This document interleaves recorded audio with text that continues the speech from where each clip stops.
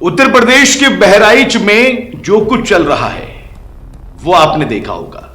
News channels और अखबार की हेडलाइंस भी आपको बता रही होंगी कि वहां पर क्या चल रहा है। कल पुलिस ने एक बड़ी कार्रवाई की, 5 लोगों को गिरफ्तार किया, 2 लोगों के एनकाउंटर की खबर आई। बाद में यह खबर आई कि ये लोग नेपाल में हथियार बरामदगी के लिए जा रहे थे। नेपाल के पास में इन्होंने भागने की कोशिश की और फिर तब जाकर जवाबी कार्रवाई में गोली चलाई गई, 2 लोगों को गोली लगी। यह एक कहानी है। अब उत्तर प्रदेश की सियासत जो है वो उबाल मार रही है। उत्तर प्रदेश की सियासत में नया बवाल आ रहा है और वो इसलिए आ रहा है कि बहराइच की कार्रवाई को लेकर तमाम विपक्षी पार्टियां इस वक्त बीजेपी पार्टी और पुलिस पर हमलावर हैं। कुछ सवाल मैंने पूछे थे आपसे और उन सवालों में मैंने आपको ये कहा था कि आप मुझे कमेंट बॉक्स में बताइए कि क्या वाकई वहां पर पुलिस लापरवाही देखी गई, क्या वहां पर सियासत देखी गई, क्या वहां पर कुछ और देखा गया। ये मैंने सवाल आपसे पूछे थे, आपके कुछ जवाब भी आए। थोड़ा सा मैं आज आपको इनसाइड स्टोरी के जरिए बताने की कोशिश करूंगा कि आखिर जो वहां पर गोली लगी, पुलिस ने कल जिसको गोली मारी उसकी बहन ने क्या कुछ कहा, सियासत कैसे हो रही है, चुनाव को उपचुनाव को साधने की कोशिश क्यों हो रही है। इनसाइड स्टोरी भी आपको बताने की मैं कोशिश करूंगा। इनसाइड स्टोरी में सबसे पहले मैं बात करूंगा सरफराज की बहन रुखसार की। एक निजी चैनल ने उसका इंटरव्यू किया। इंटरव्यू करने के बाद बातचीत की। बातचीत में क्या कुछ रहा है ये जरा मैं आपको पहले बता देता हूं। रुखसार से जब बातचीत की तो उसने बताया कि यह घटना में परिवार के शामिल होने पर हमें दुख है। ये रुखसार के बोल है एक निजी चैनल को इंटरव्यू देते वक्त। लेकिन जितना मुझे पता चला चारों तरफ से भीड़ मेरे घर में घुसी थी। केवल अंदर का एरिया दिखाया जा रहा है और बाहर का नहीं दिखाया जा रहा। घर के अंदर से इतना पथराव कैसे होगा, बाहर से ईंट पत्थर आया। बवाल के वक्त तो घर में महिलाएं भी थीं और बाहरी लोग घर के अंदर दाखिल होना चाह रहे थे। आरोपी सरफराज की बहन रुखसार ने दावा किया है कि भीड़ ने शामिल लोगों ने उसके पिता की ज्वेलरी की शॉप को लूट लिया, फिर उसके घर में आग लगा दी, तोड़फोड़ और पथराव किया गया। पुलिसकर्मियों की वजह से उस वक्त पिता और भाइयों की जान बच गई। पुलिस की, रोक के कह रहा हूं, पुलिस की यहां पर तारीफ करती हुई नजर आई है रुखसार कि अगर पुलिस वाले नहीं होते तो उनकी जान चली जाती। ये जितने भी वर्ड मैं आपको बता रहा हूं ये रुखसार के हैं, सरफराज की बहन के। इसके बाद में मैं आपको पीछे की कहानी क्या है वो भी बताऊंगा। आगे उसने कहा कि जो लड़का छत पर चढ़ा था यानी कि राम गोपाल जिसकी हत्या की गई, वो छत पर चढ़ने के बाद भीड़ को अंदर बुलाने की कोशिश कर रहा था। भीड़ उमड़ आ रही थी।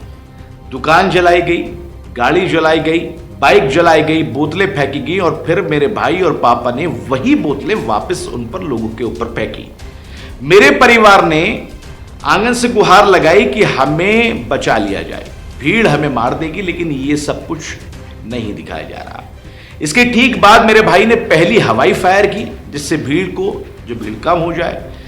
रुखसार का कहना है कि लड़का रामगोपाल जो ऊपर चढ़ा हुआ था आंगन में आने की कोशिश कर रहा था जबकि घर में महिलाएं भी थी, जिसके बाद अपने बचाव में मेरे भाई ने गोली चलाई जिसमें उसकी मौत हो गई। अगर प्लान तरीके से किया गया होता तो आप खुद सोचिए कि कोई परिवार मार कर कैसे बच सकता था। एक चीज। अब दूसरी चीज समझने की कोशिश कीजिएगा।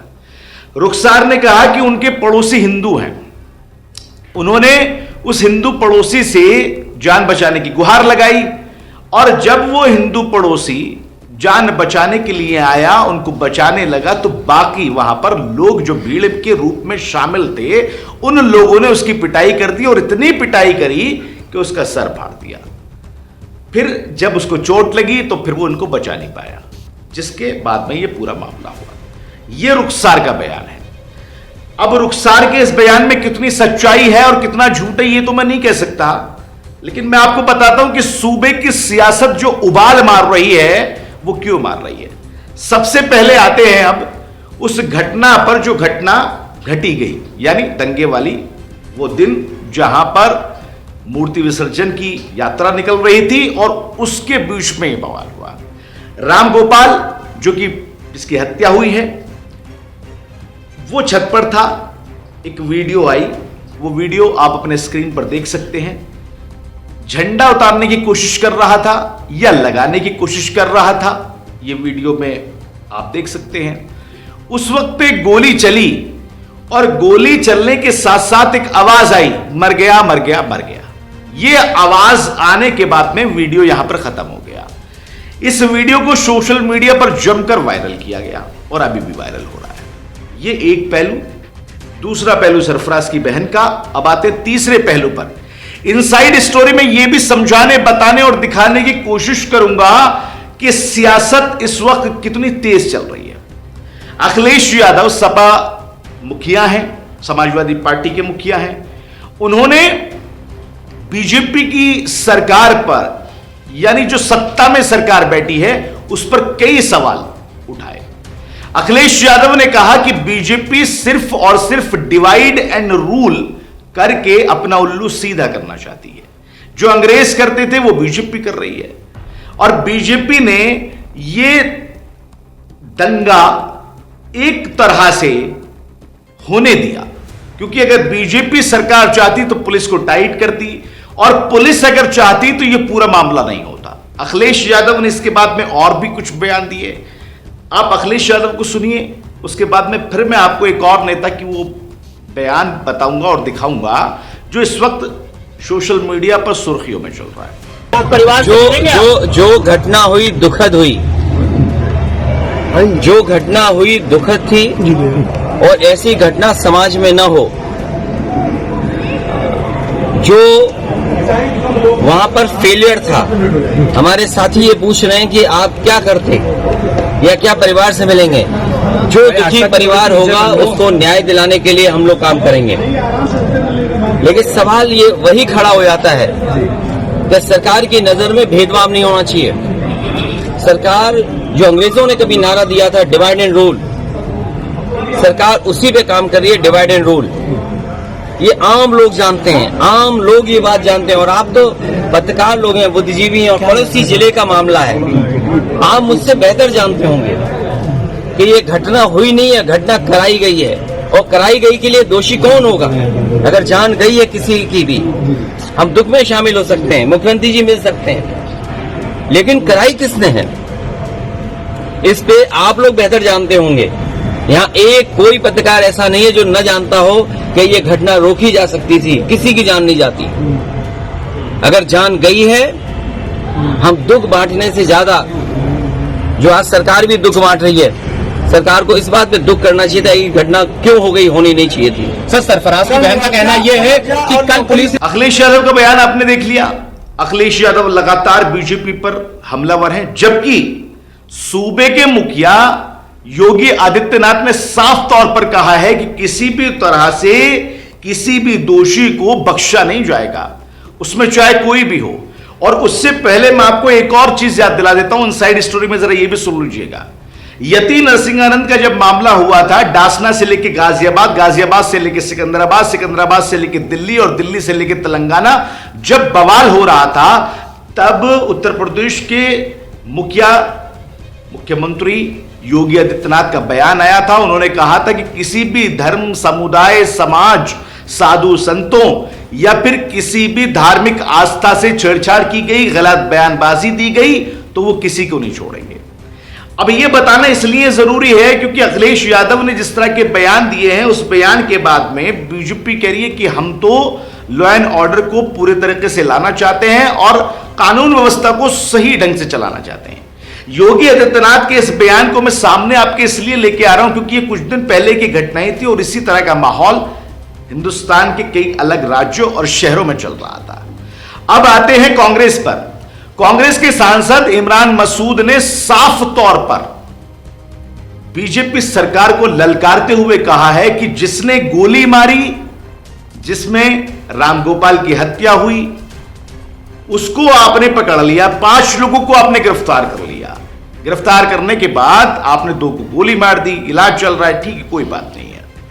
लेकिन क्या जिन्होंने इस गोली कांड के बाद में शहर को फूंक डाला, शोरूम फूंक डाले और बाकी चीजों में आग लगा दी, तांडव मचा दिया, क्या उनको भी बीजेपी सरकार या उत्तर प्रदेश की पुलिस पकड़ेगी? ये इमरान मसूद ने सवाल उठाए हैं। इमरान मसूद कांग्रेस के सांसद हैं और इस तरह की बयानबाजी के लिए हमेशा से जाने जाते रहे। पिछले दिनों में उनके कुछ ऐसे बयान लगातार वायरल होते रहे।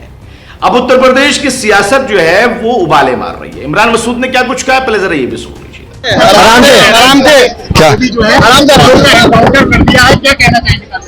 उनका भी तो होना चाहिए जिन्होंने दंगाइयों ने भीड़ में सारी दुकानें जला करके खाक कर दी। दंगाई तो दंगाई है। दंगाई को आप किसी धर्म के साथ क्यों जोड़ते हो? जिन्होंने दुकानें जला करके खाक कर दी, पूरी मार्केट जला दी और घरों में घुस करके औरतों के साथ बदतमीजी की, उनका भी इलाज करना चाहिए। इमरान मसूद की आपने बयान सुन लिया। अब इनसाइड स्टोरी में थोड़ा समझने की जरूरत है कि आखिर ये पेज चल क्या रहा है। मैं आपको इस पेज के बारे में बता देता हूं। उत्तर प्रदेश के अंदर घटना होती है बहराइच के अंदर। बहराइच में दो समुदाय एक दूसरे के सामने होते हैं, गोलीबारी होती है, एक की हत्या हो जाती है, उसकी कार्रवाई पुलिस करती है। पुलिस 5 लोगों को गिरफ्तार करती है, 2 को पैर में गोली मार देती है। नाम आता है एनकाउंटर का। अब यहां तक सब कुछ सही चल रहा है।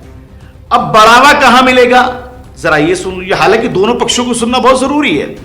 दोनों पक्षों के बीच में इंसाफ लागू करना बहुत जरूरी है, लेकिन सियासतदान नेता अगर इसी तरह से बयानबाजी करते रहेंगे तो फिर माहौल बिगड़ने की पूरी आशंका है। अभी क्यों की जा रही है ये भी सुन लीजिएगा।